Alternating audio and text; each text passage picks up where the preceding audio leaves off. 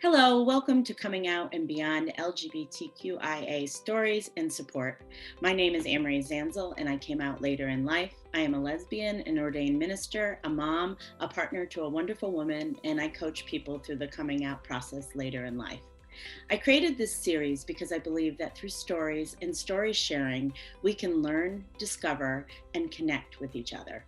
Listening to others' stories helps us hear our own.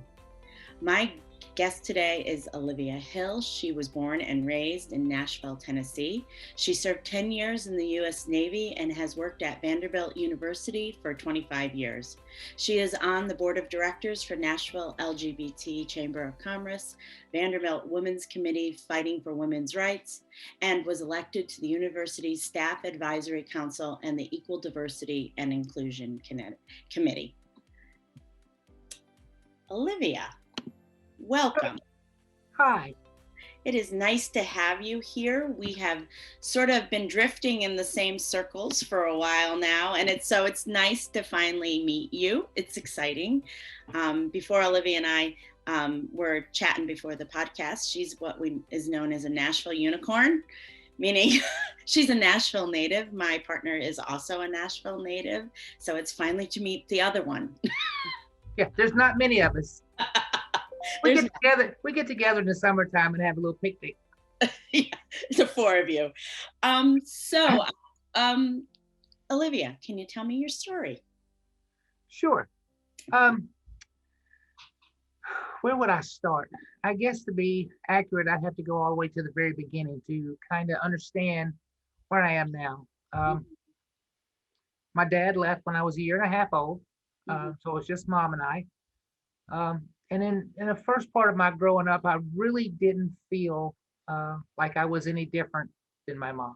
I wasn't old enough to understand that we had different parts, but I knew that I liked the same things she liked. We talked about the same things. We enjoyed going shopping and cooking and a lot of things like that around the house. And so I didn't really feel any different.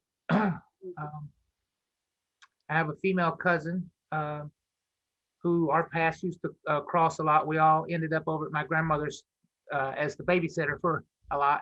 And she used to practice doing my hair and makeup and a lot of things. And I wore some of her clothes. And I really just didn't feel any different. And then in fifth grade, Miss Harris' class, and I was about 10 years old, I wanted to start wearing dresses to school. And that's when mom kind of sat down and had to talk with me that I couldn't do that. So she took me to a psychiatrist in Green Hills for 2 years, every Wednesday, to teach me that wanting to be a girl and enjoying girl things and wanting to wear girls' clothes and things like that was wrong and bad, and I shouldn't think and want those things.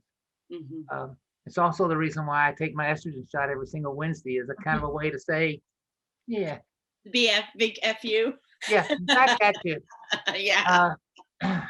So, and at the same time, and I've been through a lot of therapy to get to where I'm at. And yeah, a lot of them have asked along the way, do you resent your mom for all the things she did? And I don't, because in 1975, mom didn't know any different. They didn't know what transgender was. All she knew was, my sweet boy thinks he's a girl. Well, and it's funny because it's not uncommon. I have had several clients talk to me about one now that they're 62, and when they were growing up, they thought they were a boy. They just thought they were a boy. And when they hit about 9, their mother sat them down and they said, "No, honey, you're a girl, and you're a little girl, and you can't be a boy." Right. And so I think that's, and a little older than us, because I think we're about the same age, Yeah. but still the same generation in which you were told, no, you're a boy, that's what you are. Right. Yeah. So you have no anger towards your mom? No, none at all. Yeah. And so she really tried kind of everything she could to try to help me out.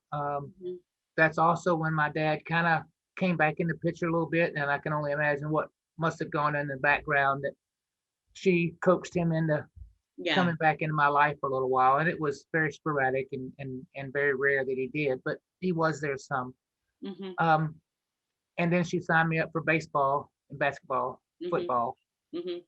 Cub Scouts, Boy Scouts, uh, and every other manly thing she could think of to try You to had a kind of testosterone try to overload. try to get me manned up, you know. Um, and so for a long time, I really felt like I was broken Yeah. because I didn't feel that way inside. But I'm being told by a doctor when you start at age 10 and a doctor tells you that what you're thinking and feeling is wrong, Mhm. and you believe them. Mhm. Because up until that age, your parents are it. I mean, they're golden. I mean, they could say whatever and you believe them until around, 8 or 9 or so, and you start to kind of question them a little bit until you sit at Mhm. 9 or 10 and you're like, hey, is this really real? Yeah. You know, but that's when you start to kind of transition from believing everything your parents tell you to, for a while, you start to believe everything that your pastor, your doctor, your teacher, and Mhm. people of authority, policemen, whatever they tell you, you tend to think that that's the gospel, for a long time, Well, through a yeah. lot of your, early teen years. Mhm. And so this doctor told me that I couldn't think that way, and if I did, I was wrong. And so um, I really felt broken. Mhm. Um, and once I hit around 13 or 14, uh, I started to kind of try to date. Um, Mhm. because I've always been attracted to women, but I tried to date and none of them would really go out with me much. I was too feminine or they all kind of felt like something was off. I actually have a friend of mine now who I dated back in high school and we didn't date very long, a couple of months, and she broke up with me and she confided in me that she just thought I was gay because I was just too feminine. I Mhm. dressed too nice. I pressed all my clothes and just didn't So the really fit the assumption mold of a manly man for her. well, and Uh, so the assumption was that you were gay by right. your classmates. Right. So I really tried to uh, kind of man myself up too, because I had this doctor tell me that's what I'm supposed to do, and Mhm. I'm being around all these people that, you know, and trans never comes out Oh, at yeah. all for a long time in my life, Mhm. and so I Did really it probably considering the culture you were raised in the South and the culture you were raised in and stuff, like, it just probably didn't even cross your mind. You no had no examples of it. None. none. None. And then and so I started going through and I started trying to be as manly as I could. I started Mhm. trying to mimic a lot of people that I knew at high school. I went to Hillwood, and so I tried to kind of get friends with some of the jocks and some of the other people, and I tried to mimic them and tried to be as cool or Mhm. whatever as I could possibly be to Mhm. live this lie that I felt at the time. Um, and then at 16, I met this girl at the McDonald's here in Bellevue, and we dated for 4 years, Mhm. and then she broke up with me, Mhm. and I felt like, well, what am I going to do now? She's the only person in my life that actually believed the lie. Mhm. Nobody else I have tried to go out with believed me. They all thought I was gay or something was wrong, Mhm. um, and it just broke my heart. I didn't know what to do or where to go. Uh, and a really good friend of mine, Richard Summerall, his brother was in the Navy and had just come into town a couple of weekends before that and was just bragging about um, how awesome the Navy was and all these great places he had been. And the movie Officer and a Gentleman hadn't been out very long. Mhm. Um, and I thought, Richard Gere went in the Navy and he was not really together. And I they can kind do of that. manned him up. And I thought that's what I'll do. That's what I'll do. The Navy will fix me. Yeah. Yeah. The Navy will make me whole. They And will so, make me a man. yeah. So I went to Harding Mall, which is no Mhm. longer there. I signed up and joined the Navy. Mhm. I wanted in the Navy, out of Nashville, and be manly. How did your mom Um, feel about that? uh, boot camp was not a cakewalk. No. Um, Boot camp was rough Mhm. because I still kind of had a little bit of a feminine. voice. And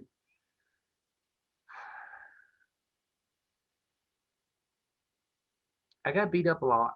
Mm-hmm. Um, they used to have what the Navy calls blanket parties, Mm-hmm. and that's where they take when you're asleep, they take and throw a blanket over you, and you get two or three people on either side, and they hold it down so that you're basically mummified and you can't move. Mm-hmm. Everybody in the whole barracks gets a chance to, you know, to hit you. Oh. And I've had my nose broke and lip busted, and I don't think I broke any ribs, but it hurt to breathe several times. So I'm pretty sure I had cracked Mm-hmm. ribs. Um, and I remember one time I was beaten up pretty bad, and my face was kind of bloody, and I took off running. I went and hid in the shower and was in the corner. And the company commander uh, came in the room, Petty Officer Stannard. I'll never forget this day. And he said, "What happened to you?" And I said, "I slipped on the stairs." Mm-hmm. And he said, "Well, I would suggest you be a little bit more careful and not fall on the stairs since we're on the first floor." Mm-hmm. And it was kind of his way of saying, "I know what happened, and you But I'm better not straighten gonna your help ass you up, and anymore. it'll go away." Yeah. Well, Um, yeah, I'm so sorry that happened to you. You must have been so disappointed. and so that was April 19th, 1986. Mm-hmm. Um, April 20th, I got up and I decided that I needed I needed to hide all of this of me.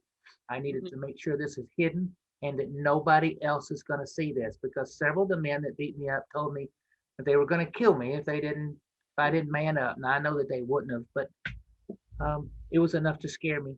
Mm-hmm.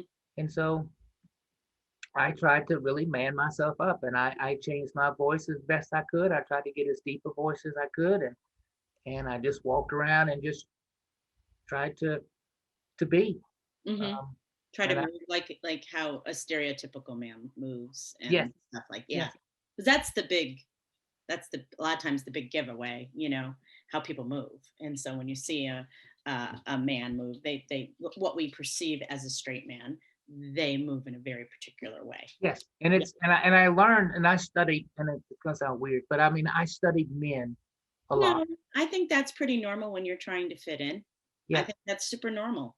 And Yeah. I watched a lot of movies, and I tried to mimic people and things that they said, things that they did, and things how they were. Um,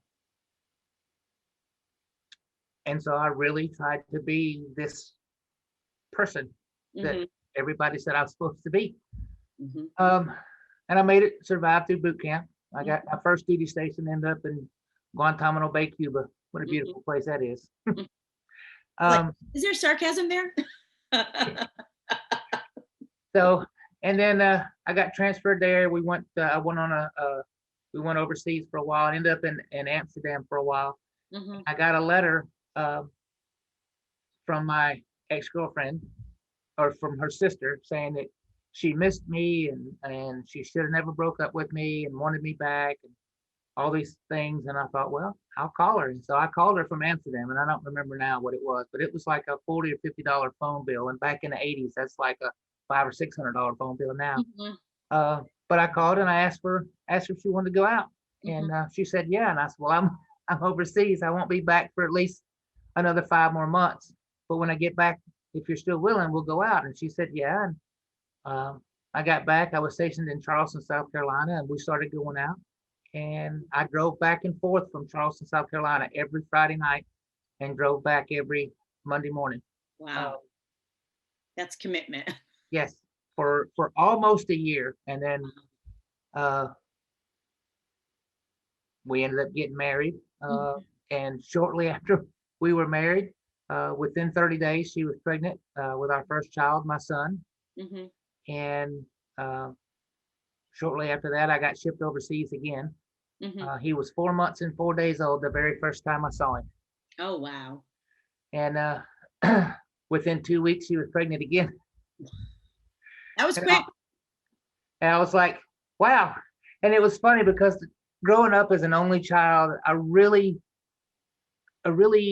kind of went through a lot of things. One of the things that I really wanted to do was to be a parent growing up, Mhm. um, because I wanted to show my kids that I wasn't going to walk out of their life like my dad did me.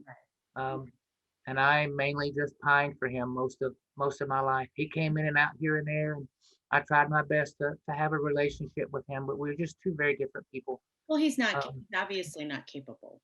I yeah, mean, sometimes people are just not capable of having a relationship with us. yeah. Yeah. And so, um, and I wanted to be married. I wanted to have a partner, and I wanted to have a bunch of kids. Well, Um, yeah. And I it fit wanted your narrative that, that you're a man and this is what manly men do. right, big. Yeah. Yeah. We had our first one, and I went, "Oh crap, this is expensive." And we had a second one. I was like, "We can't afford this. We got to quit." So did you have two sons? No, I had a son and a daughter. Okay. Son and daughter. All Yeah, right. yeah. My daughter was born. My son was born in October 19th, and my daughter was born Christmas Day. Oh, wow. So 15 months apart. Yeah. Yeah. Okay. So, uh, so all of this time, I'm just Did you sort of put it away? Because what I did with my sexuality is I put it away, especially when I had children. Like, I didn't think about being, I mean, like in my 20s and teens, I struggled with being gay, but I put it away like when I started having babies and living a very straight life. I just put it away and forgot about it for like 10 years. Did you yeah. do that?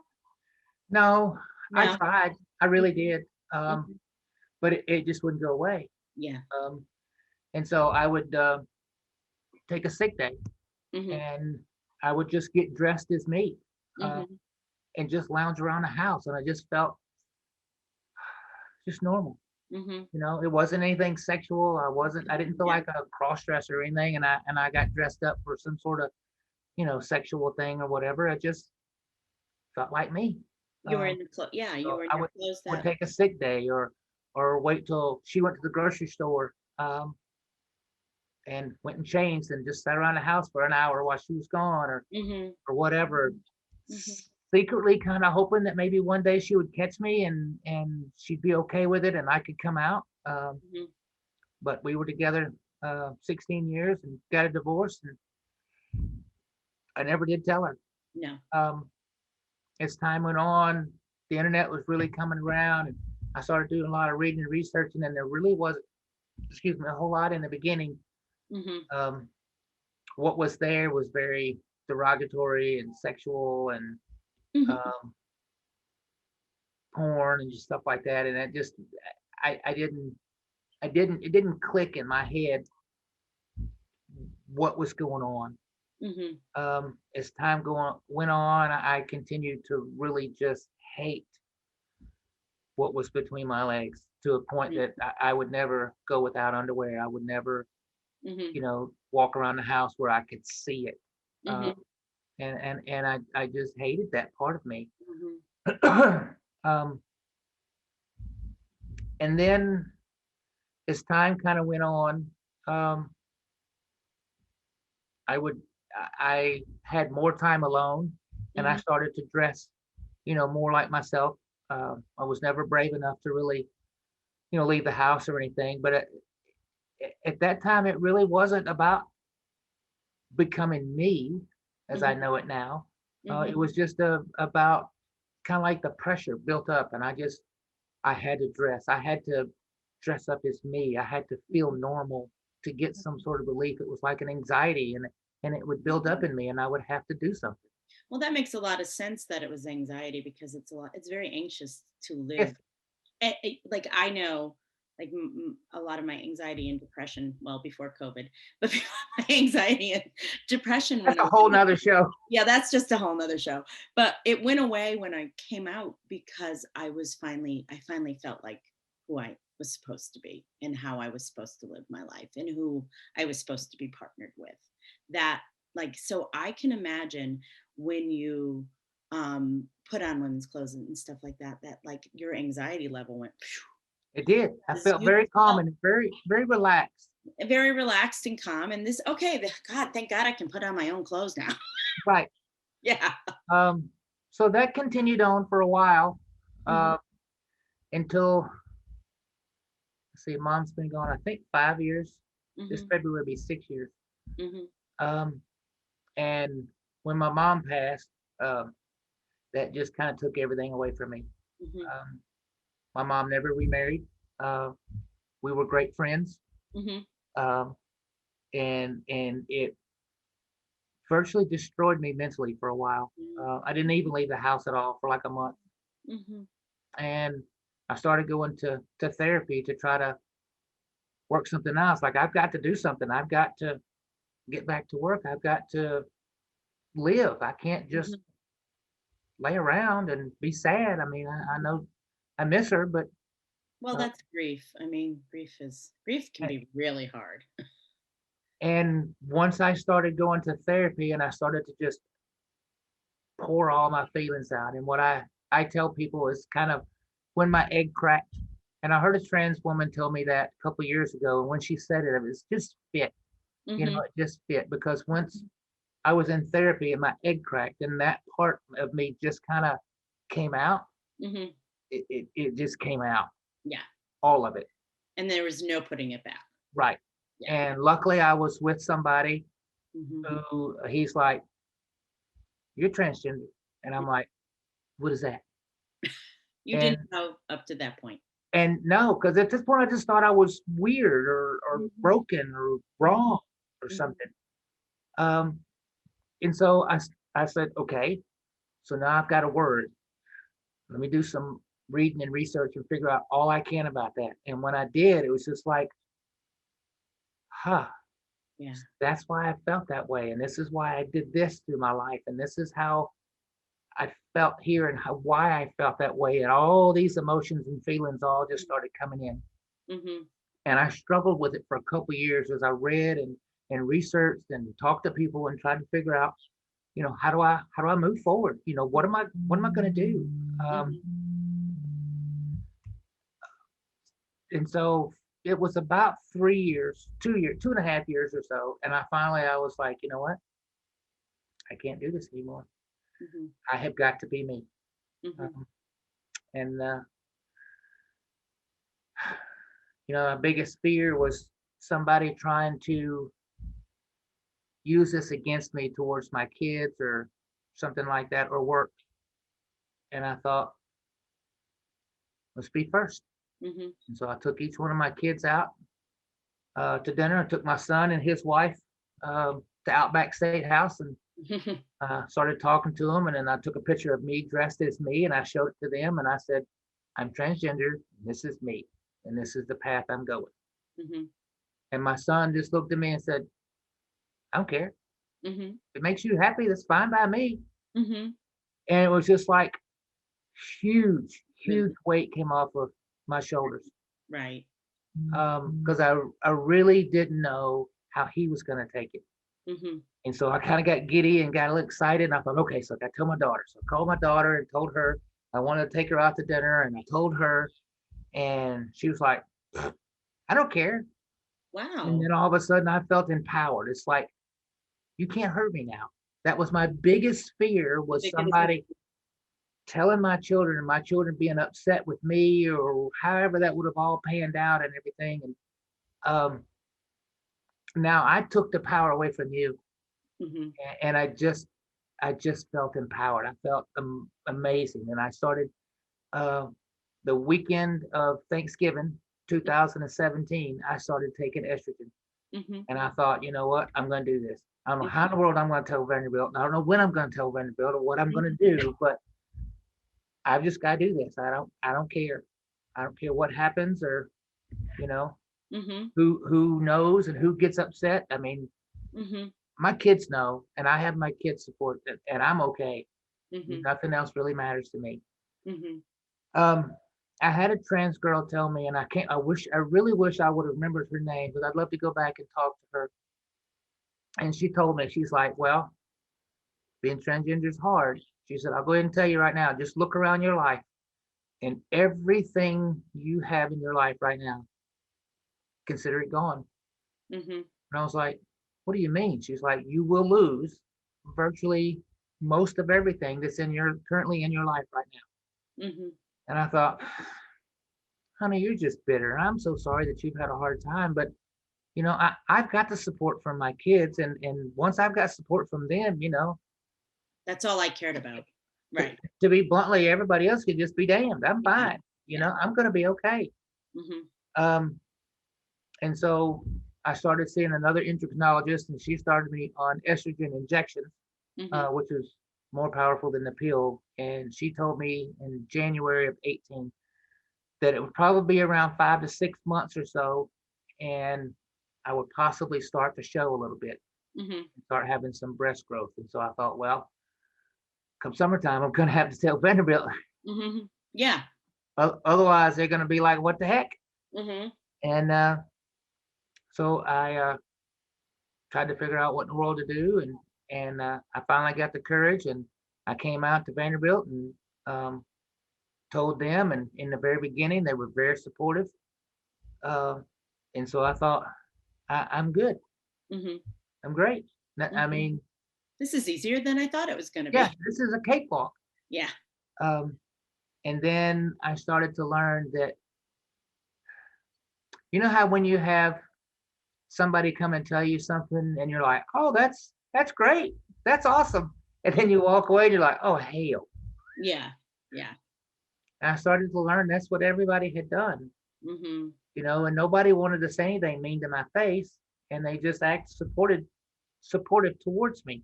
Hmm. And so I really had this false sense of security. And then I started noticing that everything was starting to drop off. Hmm. Um, People that I got along with at work didn't speak to me anymore. Friends that I'd known since high school walked away.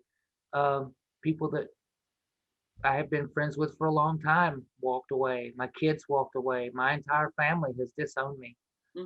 And there's really nobody in my life right now that has been in my life more than a couple years.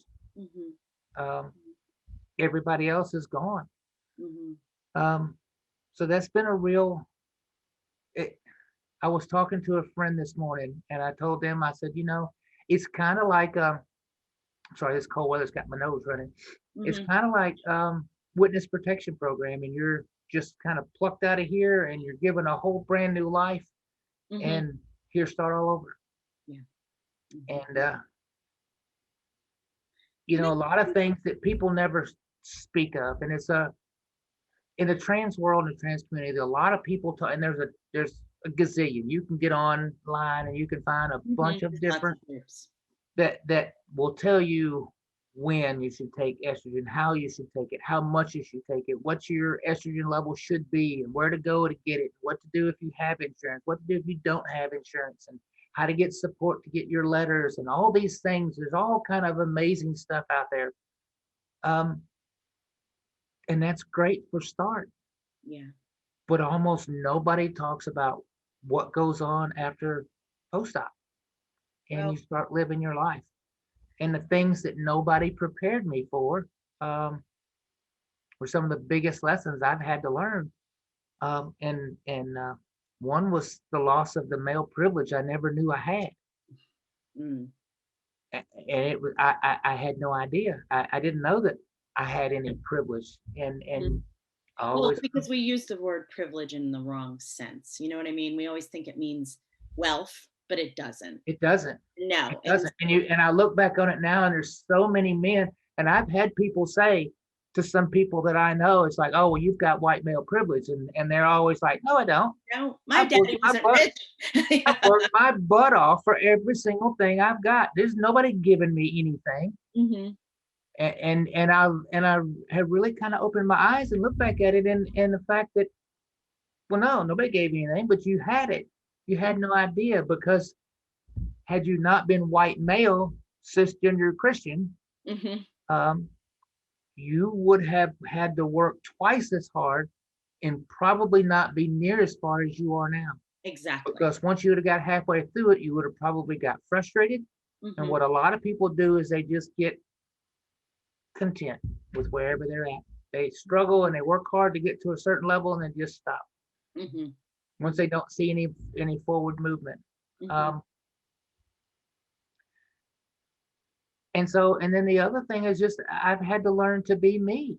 You Mhm. know, I had no idea about um, sexism. I had no idea about mansplaining. I had, Mhm.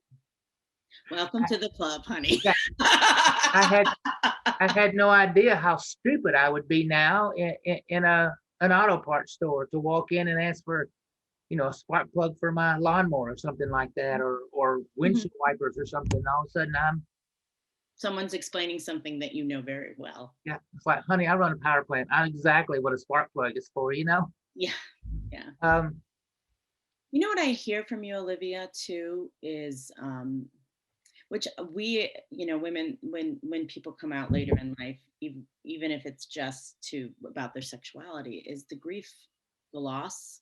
I heard you mention it a little bit. Nobody prepares you for the loss. Like you think everybody, like me, same way. The only people I cared about were my kids. I have four. Only people I cared about with, in the grand scheme of things. And I had a really hard time with two of them. Two were fine. My bookends were fine. They were always were fine. But my two middle children really, really struggled. And my second child has just come out as non-binary. So I think there was a lot of stuff going on with them at the time in right. which they were like, oh my God, my mom's doing this. And I'm struggling with this stuff and like what the Yeah, hell's happening and stuff like that. And my son, who was 24, he was in his first romance with his girlfriend in college. And so I did get divorced when I came out. So you were past, you didn't have to do that, which was great. But I did get divorced when I came out, and it threw everybody for a loop, and like everything got tossed in the air, and then everything starts to fall back, and it's like waking up in another life, isn't it? it is. Yeah. And it's funny that you kind of put it that way because I think that that's kind of where I'm at Hmm. is grief, Yeah. because I am having to learn everything. I'm having to learn how to sit, how to walk, how to talk, how to be, how to understand things differently, how to um, not stare at someone. That Hmm. men perceive eye contact as you're engaged, and some women don't like that. So Hmm. you have to learn to kind of look away occasionally and then Hmm. look back. And Hmm. there's so much, and, and there's a lot of things that little girls get through their early teen years that mom tells you to do this and do that and don't do this, and whatever you do, don't shave. Fuck them because it'll just make them grow faster. And um, All these so little many tips. helpful hints, and uh, just a lot of things like that. And um, there's a bunch of things, female hygiene, and Mhm. I've had to try to wing Figure all it. that stuff out. Yes. um, Hmm. and so it's Do been you? very different. And in the meantime, it's like, I had this person. Hmm. I was fake, Hmm. but I was safe, Yeah. because I had my armor on. I was protected, and I could go home, and I could put on a dress, and I could be me, and I could be by myself, and I could be relaxed, and It's I could straight put my privilege. armor. My, It's like I think when we come, like you and I both came out later, it's like we had straight privilege for so long. And then it's gone. And it is disconcerting at first. Then you get used to it, and then you get pissed. You get really pissed. But it's like we were both of us, we lived very heteronormative lives. right. And then when you change it when you're in your 40s or 50s, it is a shock to the system. Really is. And so the other big thing I've had to try to work through is dating lesbian women, because Hmm. I've always dated women, but they've Hmm. always been straight women. Hmm. And so the lesbian community is very hard little group to get in the middle of. You Yes. can't just you just can't walk up and get in. I mean, it's almost like a secret club, and you have to kind of be sponsored by somebody else to say, yes, she's okay. You can let her in. Right. Um, and then you've got a lot of turfs that really don't believe that we belong at all. Mm-hmm. Um, and So, so can you just say what a TERF is in case someone doesn't know? that's a Exclusion. trans exclusionary radical feminist. Right. And so those are lesbians that don't believe that trans women should be a member of lesbian groups. Correct? Yes. And Yeah. there's a lot of people that see a comma after LGB Mm-hmm. Mm-hmm. because the LGB is sexuality. And Right. so that's kind of who you like and what you are and about you, kind of thing. Where the T is more gender. And so Right. that's different. And so Right. a lot of people put a comma in there and it's like, you know, Well, I agree with, yes, I know that happens. And, I always wondered that myself, when I first came out, I'm like, I don't really get why the T is with the LGBT, because LGB is about sexuality and the T is about gender. right. But what I came to like this realization is that when you're no longer in the paradigms of heteronormativity, you can play with gender all the time. So, I mean, my partner and I play with gender. We don't have prescribed roles because we're two women that are together. So, we don't have prescribed roles like we do when we're living in a heteronormative marriage where, the man does this, the woman does this, you know. But we don't do that. And so that's why I think that the T is with the LGBT, because gender and sexuality are sort of all tied together, in a lot of ways, And like I said to you before we started talking tonight, I've had a couple of clients that have started out exploring their sexuality, but then as time has moved on, they realize it's about gender for them and it's not about their sexuality. But that's sexuality was their starting place. And I'm curious, was that your starting place or no? No, I've always, no, as I got kind of later on in life, I kind of went down the path of, I really hated that. And Mm-hmm. so, uh, for several relationships, the last probably 10 years I was in a very submissive role and um, was very much into um, male chastity so that I didn't have to see it. I couldn't touch it and it was just there. Um, so that's kind of how it's been for me. And Mm-hmm. I've never been attracted to men at all. I've never Mm-hmm. um,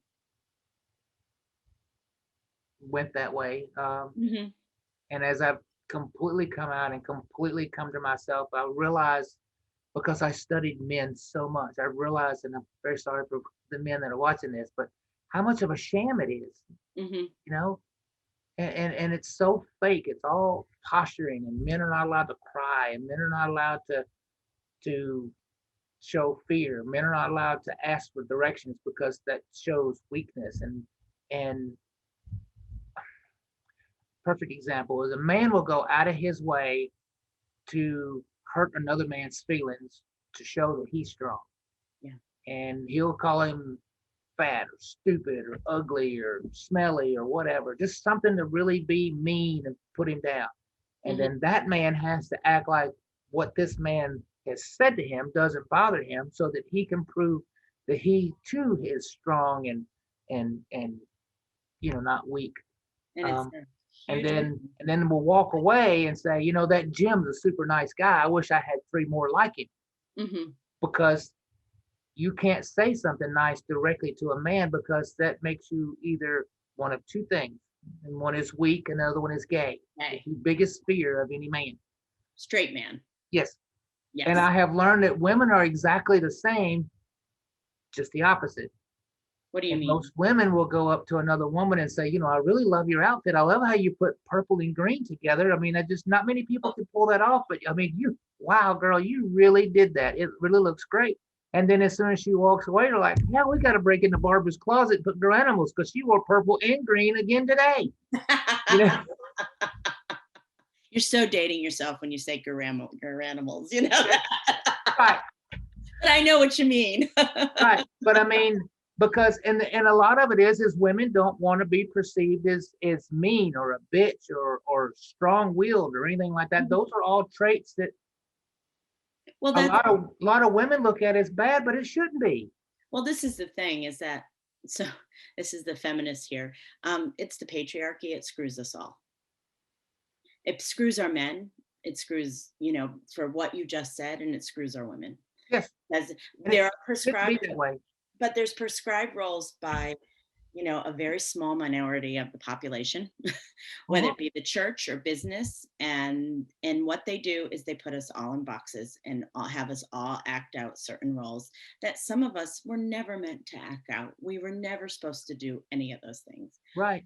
What has made me happy now is that there's more representation. So I'm hoping that the next generation, or the generation that's our grandchildren's age, um, won't have to deal with this as much as we ended up having to deal with it, and they will Right. have more freedom to. I mean, I know there's a lot of like transgender kids and non-binary kids that are very young now that are, can you imagine what your life would have been like if you were able to do that when you thought you were the little girl back when you were 8 years old, Right. And that was the other question that somebody asked me one time.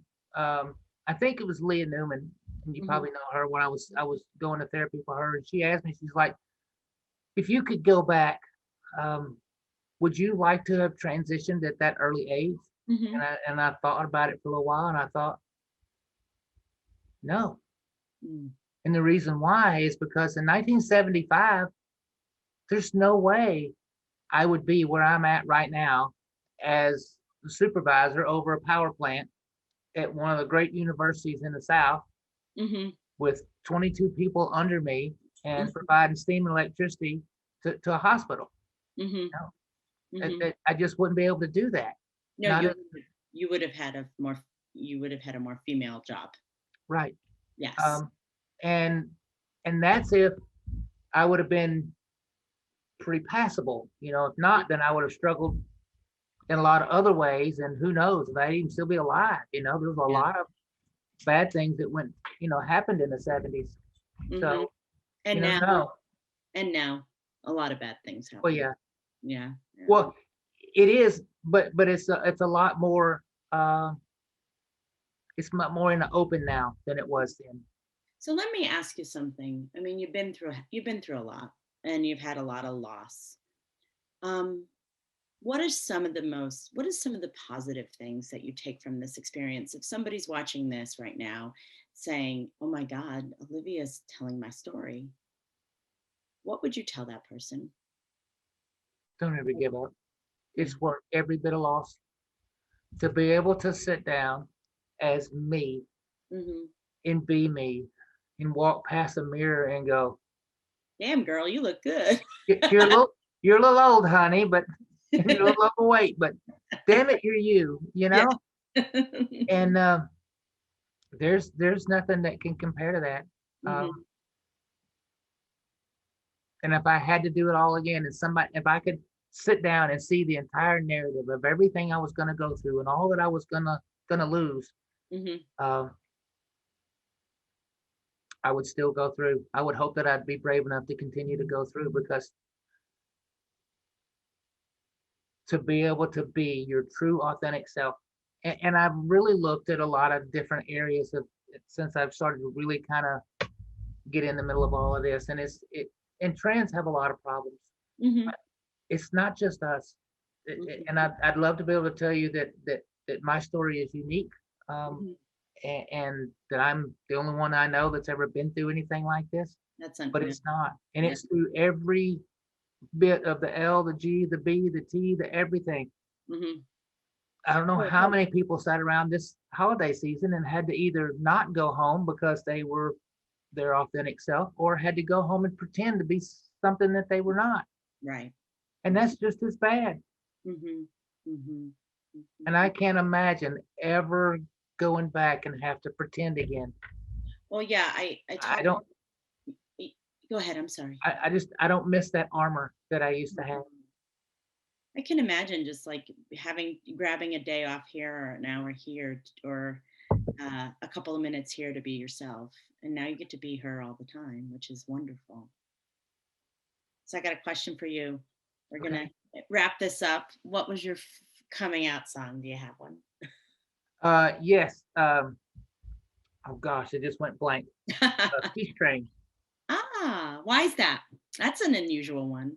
Yeah, just because I really try to make everybody around me happy. I really want, if I could have one wish in the whole world, that the whole world would just be happy. Hmm. We'd all get along and we'd all understand each other and we would all be okay, that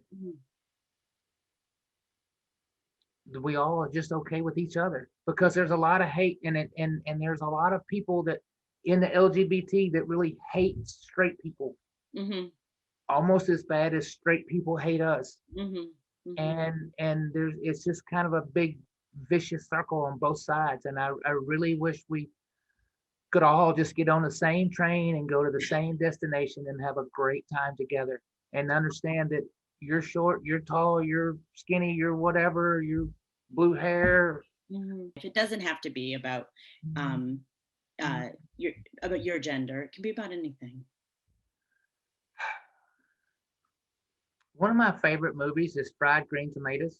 Ah, Um, and it's just, the strength of that, there's really kind of two parts of it. And one is the strength of Iggy, and she just is this strong woman, and she's strong-willed, and she's gonna move forward, and nobody's gonna hold her back. And she stands up for racism and people, and understands that we're all just people. hmm. And then gosh, I just went blank. The I'm bad at Kathy Bates. I can't remember the name of her character, but and she kind of, in my mind, kind of portrays me in a kind of a way. She starts out of kind of hiding and confused and not knowing what to do and how to get there, and Itchy empowers her and gives her strength to start working out and start becoming herself, and liking herself, and being okay with who she is and what she is and what she's about. Um, and I guess maybe I see that movie different when a lot of people do, but Mhm. um, I just It's just a we're movie all the that same touched you. people. Yeah. So, what's the best thing about your life today, Olivia? And I am me. I am Mhm. finally me, and And I you would trade fought it for for. her. I would not change it. Nothing. There's no amount of money that I would ever change and go back. None. You know, my partner used this as an analogy is that when you start coming out, you start crossing this river, and then all of a sudden you're chest high in this water. And you look back at the bank and you're like, I don't want to go back there. And then you look at the other side and you're not there yet. And then you're like, all I have to do is keep moving forward, and I have to go forward. And eventually you get to the other side where you're just you after a very long struggle, Yeah. after a very long struggle. Well, it was wonderful to hear your story. Thank Thank you. you so much for sharing it with me. Olivia, I'm really glad I got to meet you finally after Facebook friends for a little while. Yeah, So we've been kind of bouncing back and forth. yeah, yeah. So it was wonderful to meet you and hear your story. And thank you. I think I am hoping that it will give somebody the bravery they need to make the steps and changes in their life so that they can be as authentic as you are here tonight. Thank you very much. That's my goal, and that's the reason why I'm so just thrilled that you're doing this, because Mhm. I'm hoping that at least one person will sit and go, Hey, that's me. I went through the same thing. I get that. Yes, Um, I know that's going to happen. So thank you so much, Olivia. I appreciate it.